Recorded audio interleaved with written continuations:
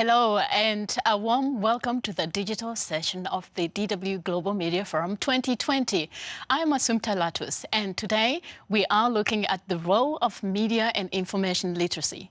There are so many new opportunities in the digital age, and many of them are available literally at our fingertips. We have all witnessed that during COVID-19, all our lives have changed, with parents homeschooling their children, or even the richest CEOs easily working from home, with the digitalization playing a major role. And the way we consume news and information is also affected by the growing digitalization around the globe. And social media play an important part in how our current media ecosystems operate. But all this progress may come at a price. As we rely increasingly on information online, we also have to learn how to deal with issues like viral misinformation, privacy violations, and increased fear of censorship. And many people lack the skills and knowledge to protect themselves against these new dangers. Media and information literacy addresses exactly these challenges and issues, and the DW Academy supports projects around the world designed to equip people with the right digital skill set they need to tell apart fact from fiction. Let's learn more. Media and information literacy. Welcome to the 7th online session of the Global Media Forum in cooperation with DW Academy. Homeschooling, home office, digital conferences. COVID-19 has changed the way we communicate. For many people, all this is proverbial new territory. This brings new opportunities, but also new risks.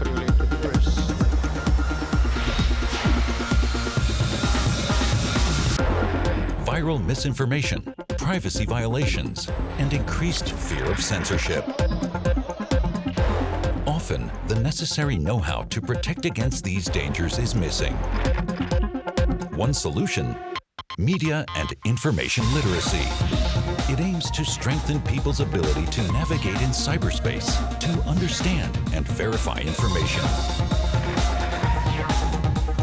Is this enough to approach the challenges in our media landscape? And what are the responsibilities of governments and companies when it comes to keeping users safe? Join our discussion.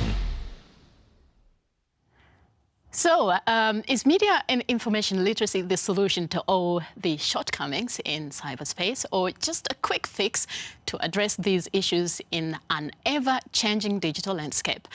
Is it enough to approach the challenges in our media landscape this way, or do we need to do more? And what are the responsibilities of governments and organizations when it comes to keeping users safe? We will highlight all these questions and much more. Let me now introduce you to our esteemed guest from all over the world today, Koliwe Majama, a media information, communications and technologies consultant from Zimbabwe. Welcome, Koliwe. Osama Mazar. Hello, hi, thank you. Osama Mazar, co-founder for the Digital Empowerment Foundation in India, which focuses on eradicating information poverty. And welcome, Osama. Thank you very much. Welcome to all of you also. And yeah, it's going to be exciting to talk here. And we also have Michael Tecklenburg, representative of the Division for Media, Culture, Creative Industries and Sport in Germany's Federal Ministry for Economic Cooperation and Development.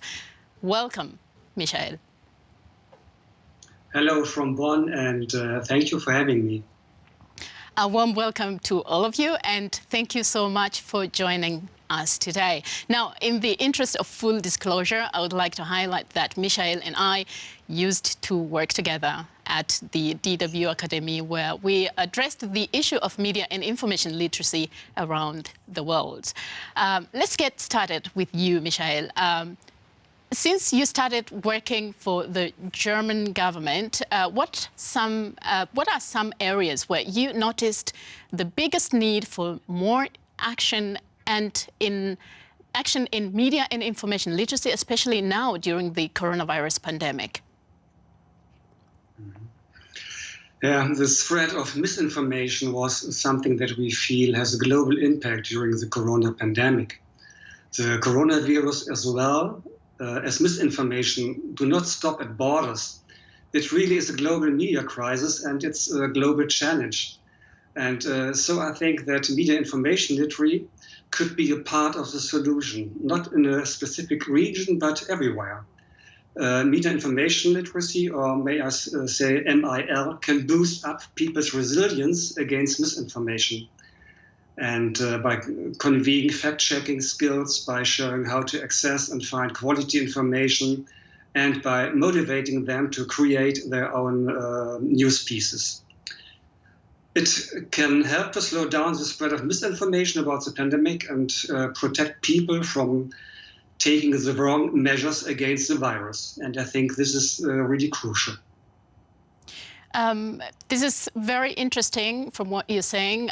Now I would like to ask Osama, how is this literally going to work? I mean, you are working in India actually with real people, and you see exactly what's going on. A lot of people are online, but not many of them are online as well. So who are the most vulnerable group of people when it comes to misinformation and fake news, looking at the communities that you are working with?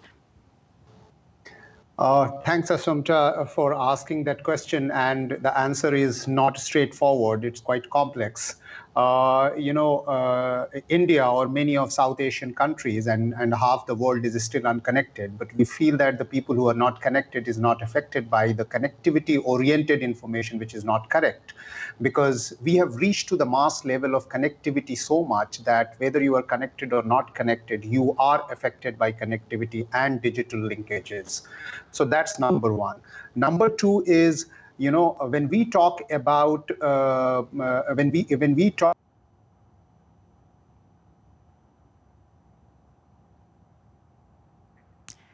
Oh, we're having technical difficulties right now. We lost Osama.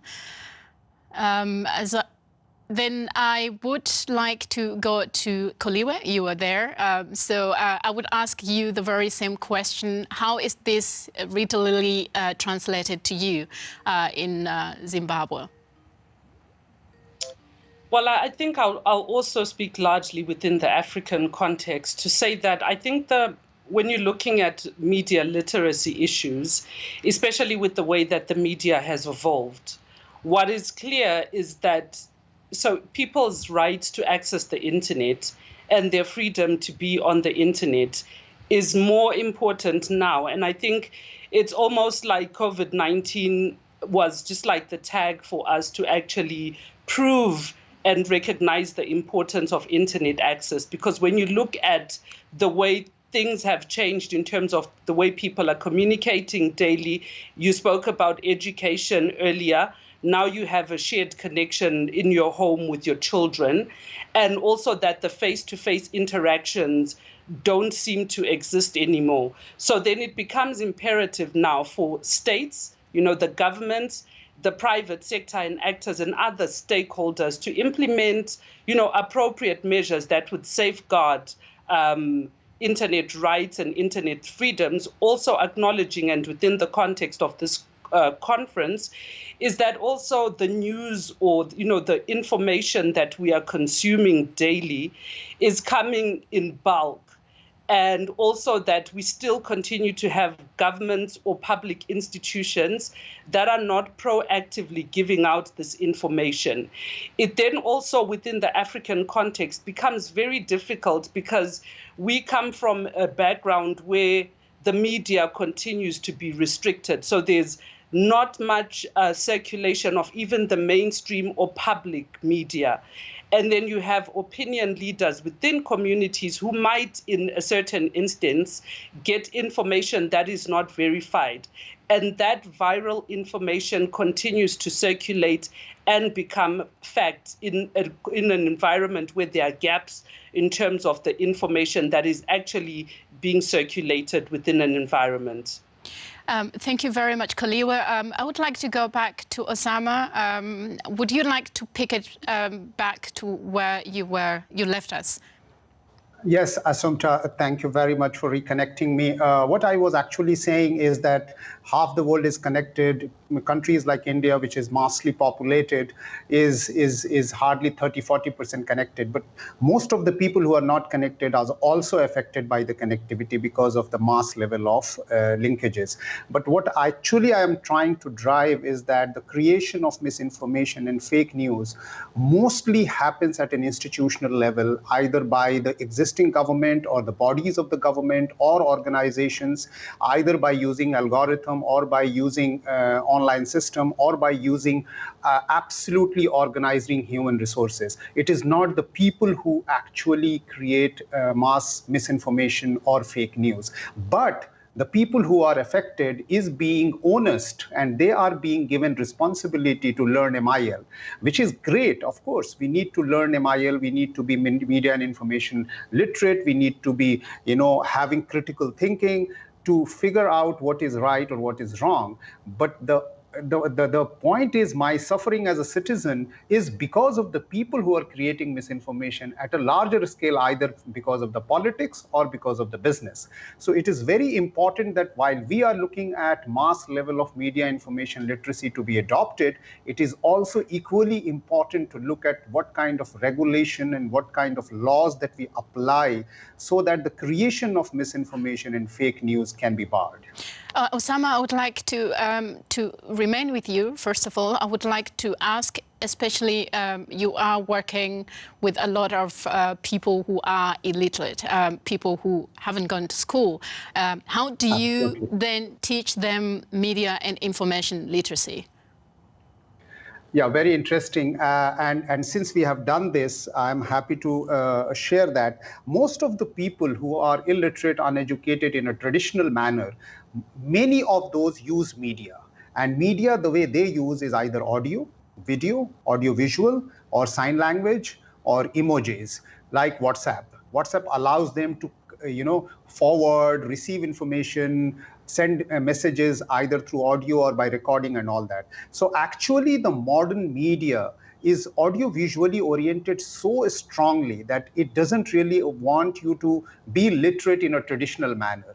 But what they don't know is how to actually verify or identify whether the information that they are consuming is wrong or right, or it's misinformation or a fake news or something which is healthy or unhealthy, and so on and so forth. And that is where they suffer. And for that, you cannot really go at a mass scale to teach them how to identify misinformation. So the way we have done is that gone into the grassroots level, at a village level, and we create cadre. Cadre means we train one person who knows how to identify wrong or right information, and that person is actually responsible to go and train more and more people. So it's a cascading effect of creating train the trainer, and then they go and train the trainer, and so on and so forth. Yeah, well, that's quite interesting. I would really love to be part of that class as well, to know exactly how we could learn media and information literacy in that way. Kaliwa, in your recent article, Solidifying Internet Rights to Increase Information Access in Zimbabwe, you mentioned lack of infrastructure, especially in rural areas, is what made Zimbabwe to have low internet accessibility. Why are we even talking about media and information literacy if there is no internet access for many people? Well, thanks for that question. I think the reality on the ground is that with internet, the development of internet infrastructure in any jurisdiction also comes with a good economic environment. Unfortunately, in countries like Zimbabwe, we have quite a number of geographically marginal communities. So you're looking at communities who are in a geographical location where you don't potentially get people investing in the area, or you potentially don't even have public infrastructure like electricity. But the main argument has really been around the fact that continuously African governments will tax users on data you have exorbitant licensing for telecoms service providers, but we don't actually see much of that money going into what we like to call or refer to as the universal services funds, which should actually be catering for a more marginal community in terms of ensuring that there's good power backup, in terms of ensuring that you have public Wi-Fi hotspots, or community information centers. So within the context of Zimbabwe, our regulatory authority, which administers the Universal Services Fund, has set up community information centers. And during the time when Robert Mugabe was president, we actually saw a lot of computers being donated to rural schools. But when you look at actually taking in infrastructure, making sure there's a community information center, what you also need to do is support the capacity of people who ordinarily would be able to bring in marginalized women, at this time when we have COVID-19, bring in learners to the school so they could actually, continuously learn because their parents obviously don't have enough money to get data. So I think the lack of support, prioritization and transparency around what is actually available in particular countries in terms of those universal services funds or taxes in being able to bridge a digital gap continues to be a challenge for the continent. Therefore, you find that we haven't done much in terms of expansion of internet access. Therefore, and I'll just be very short with this one, which is why now there's this big campaign around more community-based center network connectivities in countries, what we call the community networks. But also within that context is the challenge of coming up with a licensing regime that would ensure that they would not have to go through the bureaucratic processes of licensing, which we see with mainstream media entities like the broadcasting sector, and to also ensure that there's recognition that there would be need for governments to be more open about the spectrum that's available to license such community networks. Wow, that's quite interesting. And I would like to ask the very same question in a different way to Michelle Tecklenburg. Now, we see that in Zimbabwe, there's a lot going on, trying to get this internet accessibility to even to the rural areas. What is your organization, the BMZ, is doing to make sure that the internet accessibility is available, and while we're talking about media and information literacy? Yeah, thank you. First of all, I would like to say that media are becoming increasingly important for the development cooperation. International and also German development cooperation have realized and recognized that the media play a very important role. And sustainable development includes access to information, to truthful information, of course. So the BMZ has built quite a portfolio on media development. We are engaged in 30 countries worldwide with an annual budget of around 30 million euros. Via our partners like Deutsche Welle Academy and other media NGOs, we actively support the strengthening to access to information implementation. Our approach includes governments, media, civil society, and of course, the wider public. My minister, Dr. Gerd Müller, has launched an immediate corona response program, including particular support for local media, who know best the solution in the local school, hospital, or refugee camp. And we will also start a new initiative on transparency and freedom of the media to counter the impact of COVID-19, including the following approaches, among others: fact-checking, which is very crucial, the capacities, credibility of the media, access to reliable information for vulnerable groups, and of course, this includes the media and information literacy. Thank you very much, Michael Tecklenburg, for that answer. And we have now a question from our viewer, Stefan, his name, and he is from Germany. And this one is going to Koliwe and Osama. Osama, you can start answering that. The question is, do people in places like India and Zimbabwe actually see a real need for learning skills, for gathering information online? Don't they have more pressing existential problems to deal with every day? Osama? Well, I'm glad that you asked that question. I think this session, which actually says that is the media information literacy is a quick fix for digital resiliency among the community. And I would agree that, you know, the speed with which and the intensity with which we have gone digital, our life is very much dependent on digital. And therefore, if our life is at stake, if our life is dependent on digital, which is actually bringing information for me, which is critical to take my decision, it is also critically important for me to know how to deal with those information. Unless we know that, we cannot really go forward. And that's the reason why we are suffering from rumors and misinformation and fake news and so on and so forth. So I would actually stress that MIL literacy or critical thinking literacy should be part of our everyday curriculum, everyday learning, everyday ecosystem, everyday messaging, everyday. You know, it's something like if you're keeping money in your bank, you need to know how to keep your password and username.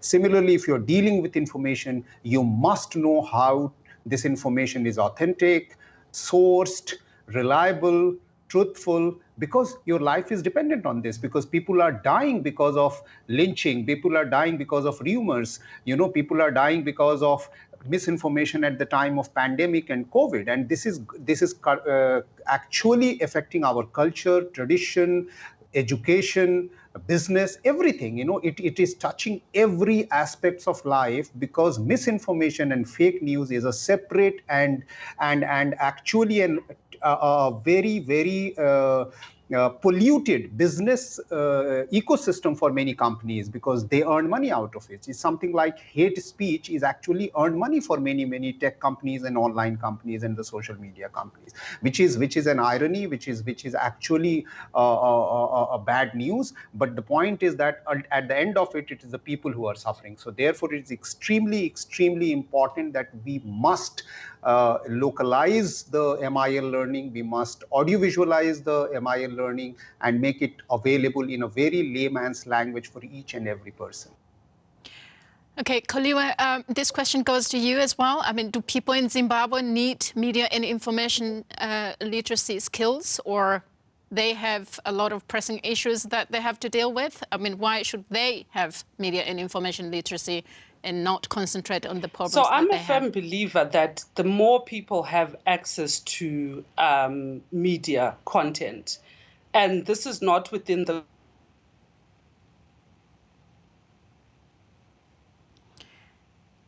Koliwe, are you still there, Koliwe? television, whether you have, hello?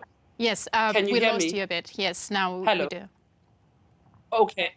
I was saying I'm a firm believer that the more people have access to anything, they become more literate in terms of handling whatever it is. So, for instance, you can't expect, so I like what Osama says in terms of, you know, just the importance of people being able to look at any news content they get and be able to say, no, but this is fake news. But that doesn't happen if you don't have news in excess, or you don't have access to the internet for you to know that the SMS or the WhatsApp message that I received on a group yesterday was fake news because of A, B, C, D, or it was disinformation and there was no, you know, official comment from any public official. Or even to look at a comment that comes from a public official and say, no, but that's not what the statement that we got from the Reserve Bank said.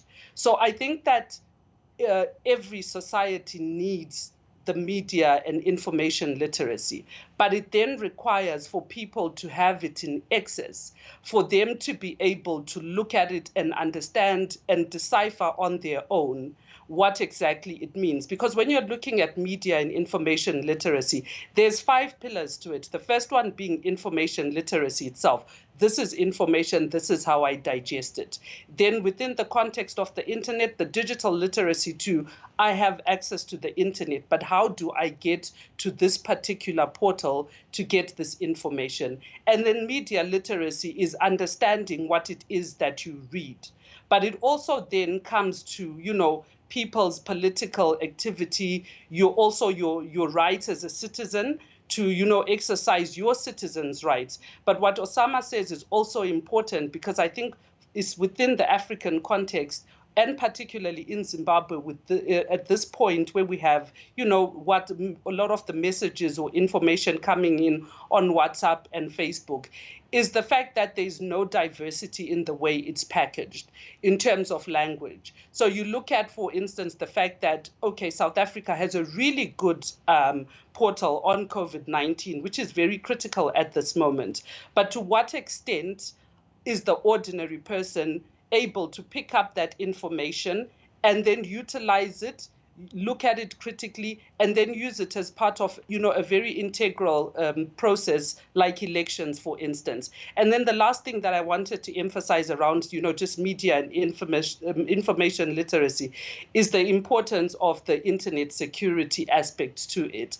I'm online. Can I publicly speak about this particular issue? Or is it something that I can't speak to because it's not verified and somebody may then charge me with defamation? So there's quite a number of issues relating to it. It's important, but I think the underlying message here is give the people information, as much information. When they err with that information, may it not be a criminal offense, but may it be a process of learning how to use that information and to actually then reflect and say, this particular information is important for me when I go and attend a city council, budgetary meeting that will be called by the local government. Wow, thank you very much, Koliwe, for giving us these pillars of media and information literacy. I just want to remind our listeners that you can write to us during this session with any questions you may have for our guests. Viewers from around the world are watching today. We have been getting comments from Uganda, Moldova, US, Germany, Bangladesh, Nigeria, Pakistan, the Netherlands, Mongolia, Canada, India, and Australia. Wow. If you just tuned in, you are watching the Digital Global Media Forum 2020. And if you are following us, remember that you can join the debate by writing your comment on the issues we're discussing on the comment section. Now, we have asked our Twitter community as well whether they have ever shared content which later turned out to be fake news. Thousands of users have voted, and here's what they said. As you also see, we have 48.3 people who said yes, they have used, they've 0.8%, yes, and 51.7% they said no. It's really close to coal, looking at that poll that we have done.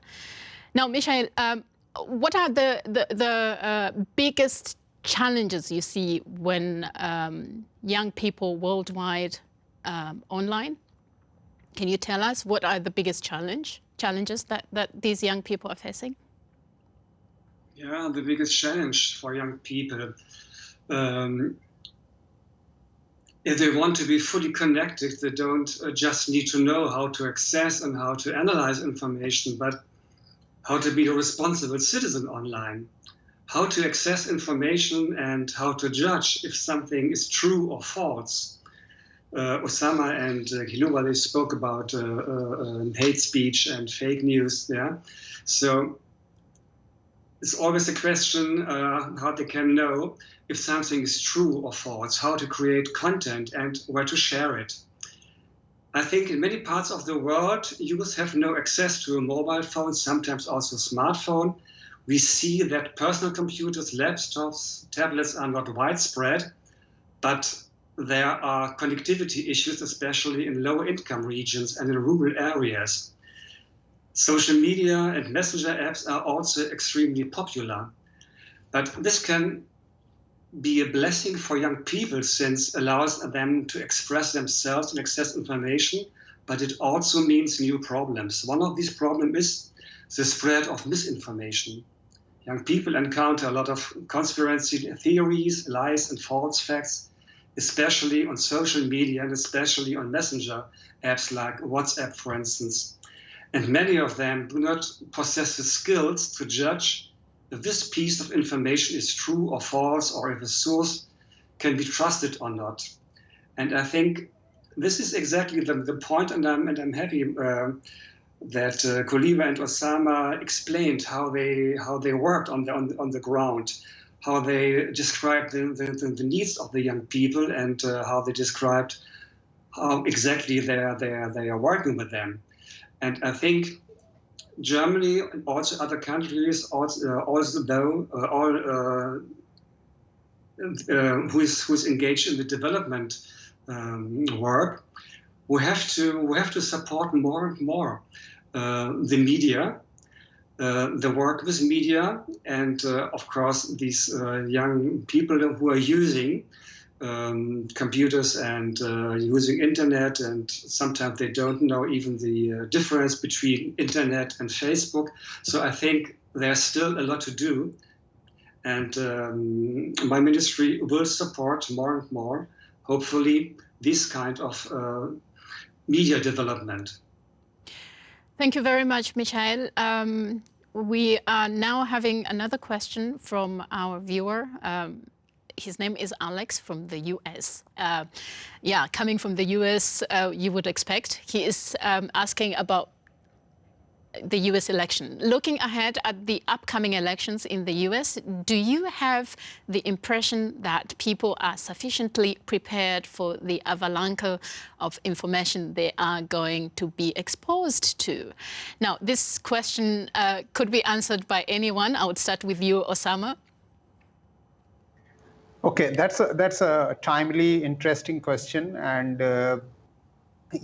for the last couple of elections in the US, in any case, has been fought and prepared through digital media and social media. So it is futile to say that, yes, there will be avalanche of information that will be affecting the citizens. So what I was actually trying to, beside answering, I also wanted to pick up, what Michel said, is that responsible citizenship. What is very important in the digital era is to find yourself as a consumer or as a citizen. Are you a citizen or are you a consumer? Obviously, the entire digital connectivity is reaching out to you more as a consumer, and that's the irony. And not only that, social media is actually allowing you to create content, but you are the content. Your behavior is the content, your liking is the content, your disliking is the content, your choice of video that you're watching is the content. The entire socio-behavioral is being recorded, and as it is recorded, you are being fed with the content that you don't even know that you are being fed. Whether you never knew that you did not choose that content to see on your timeline, but you are being fed with those content because of an application of algorithm, which is actually created to make money out of you as a consumer, you as a content, you as a data. And that's very, very important to know while all the elections are being narrative and motivated, because they are using emotions, they are using biases, they are using polarization, they are using lineages, they are using belongings, they are using your beliefs, they are using your personal trust. And none of this is actually fact. And none of this is actually news or based on a proper information. So we have actually got into an era of too much of information, which is becoming a narrative, based on your socio-behavioral attitude or a psychoanalysis of how do you behave. It has less to do with facts and figures.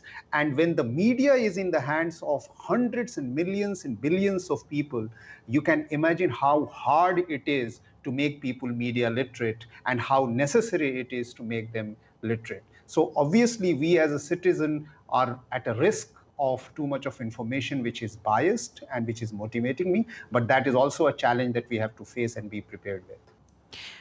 Thank you very much, Osama. Looking at the time that we have left, I would like to go to you, Koliwa.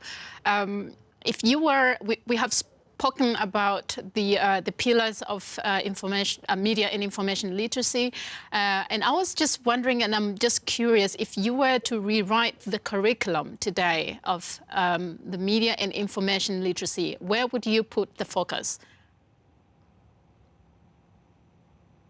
Well, obviously, I would put with the reality of, just like internet connectivity now, I would put a lot of it to ICT literacy and also internet security. So we're having this conversation now about, responsible netizen behavior. But I'm also aware that a lot of people learn to maneuver the internet by actually being on the internet as a first step. And coming from, the global South and Africa in particular, I think that a lot of work needs to go into coming up with, just alternative internet connection. And also recognizing that the marginal groups, and these are not only because earlier I spoke about the geographical communities, but also looking at communities of interest. So you're looking at women, and women not being one whole homogeneous group. You go into a rural area, you also have to understand the cultural aspects related to coming up with an ICT literacy program to a rural community. And also making women who are married within a cultural context understand why, for instance, they don't actually own their own device and why it's important for them to be online in terms of their own, fundraising or, extra activities that they do for their own personal income. So I think a lot of it needs to go to ICT literacy, a responsibility of the current governments that we have, but also recognizing the role that civil society plays. But when you go into some jurisdictions, what you find is that the relationship between quite a number of mainstream civil society organizations and governments remains adversarial. So it's also time to begin to look at the community-based organizations or point people who we like to refer to as the opinion leaders within a rural context. So you go into the rural areas, you find that for most of the information, they would go to a local school's headmaster, or they like to go to the community clinic. So those people become pointers for people who are working within the mainstream. And it also requires, everyone is convening an internet governance forum, whether it's national or sub-regional within whichever region you're from, to actually begin to have a conversation, quite frankly, about what it actually means to change the environment in relation to internet access. Because as much as we're talking about ICT literacy, access and affordability remain the key issue. And if we're not making demands on our governments, and when we convene at these forums and not have a frank conversation about it, starting from, just mapping out the extent to which you can have a case study of whether or not it actually works, so that you have a learning curve and can move from one constituency to another. So I would definitely put ICT literacy and also the cultural diversity context in it. Thank you very much, Koliwa. And now there's another question from our viewer.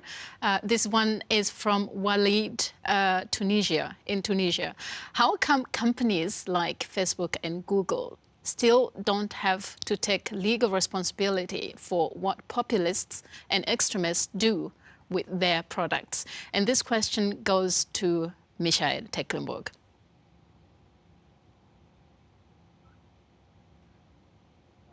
how to answer.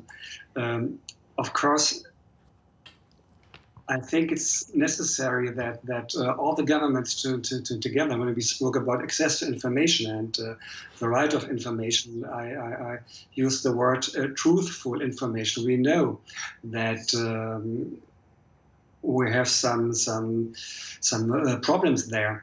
So finally, maybe we need some international or we need laws. No, I don't know. At this moment or at this point, I'm not sure how we can face this situation. Pardon. Thank you very much, Michael. Is there someone else want to add to that? Osama, I see you smiling. Yeah, I mean, I remember about 2 years back in Global Media Forum, when I was present there, I had said very clearly in one of the sessions is that all these social media company or this companies like Facebook, Google, and Twitter and all that, they should stop saying themselves a tech company. They are actually media company, and when you are a media company, you have a responsibility. You need to take responsibility of the content being published there. You need to be responsible for the kind of content that you throw at the searching and everything else. And as soon as you treat them as a media company or a media organization, obviously all regulations and all responsibilities have to come on them. And now it's high time that we pressurize as a people, we pressurize as government, we pressurize as society and community, that they take the onus of what they publish. And how do they publish? They cannot just get rid of all those responsibility that it's people's content and they are the responsibility, or we are a tech company and we are not a media company. That's not going to work. And it's at the last moment that we made better pressurize them. Thank you, Osama. I mean, we're running a bit out of time, and now I would like to show you, or for you to hear what our young voluntariat, DW voluntariat they are thinking about media and information literacy. Is it important or not? In my opinion, the biggest obstacle media literacy faces is the lack of education. I think one of the biggest problems causing fake news is social media. And the speed with which these technologies uncontrollably develop is the biggest threat for media literacy. Because social media and YouTube and Google have algorithms that are tailored to give us information that we want to consume. As media organization, it's our responsibility to get people listen to each other and talk to each other. But people who don't work in the media sector at all, they don't know that. They don't know what signs to look for when it comes to fake news or conspiracy theories. We won't be able to find a democratic consensus, and we can't function anymore as a democracy. Everyone needs to have a certain education in media literacy. It's difficult to get out of your bubble. It costs energy, but it's the crucial and first step to prevent fake news and conspiracy theories. Okay, so we have heard them. It's quite important, media and information literacy, to be taught everywhere and to everyone who wants to be responsible online. Now, we have another user who, his name is Dagmar, says, verified, clear information need a huge variety of reliable experts. Hence, a lot of money is needed to prevent spreading fake news. Will there be more money from the German government for that in near future? I guess this is a question for Michael Tecklenburg. More money, of course, this is a question. As I told you before, we have an annual budget of around 30 million euros. And with Sweden, USA, and UK, we are one of the biggest donors. We would like to spend more money, but actually we have, of course, this very special situation because of COVID-19, and everybody sees that a lot of money the government is spending now, and maybe we will get also some more money, but actually I'm not sure. Finally, the German Bundestag will is discussing about this issue actually, but the results won't be clear before end of December. Thank you very much, Michel Teckenburg, for that, telling us a little bit, giving us hope about the money that might come for media and information literacy. Thank you very much for participating in this interesting discussion on the fascinating field of media and information literacy. And thanks to our audience for all your questions as well. Please do join us again for the next Global Media Forum digital session on October 26th, when we'll be assessing the role of the media in elections, 1 week before the showdown in Washington. I'm Assumpta Lattus. Thank you for joining me today.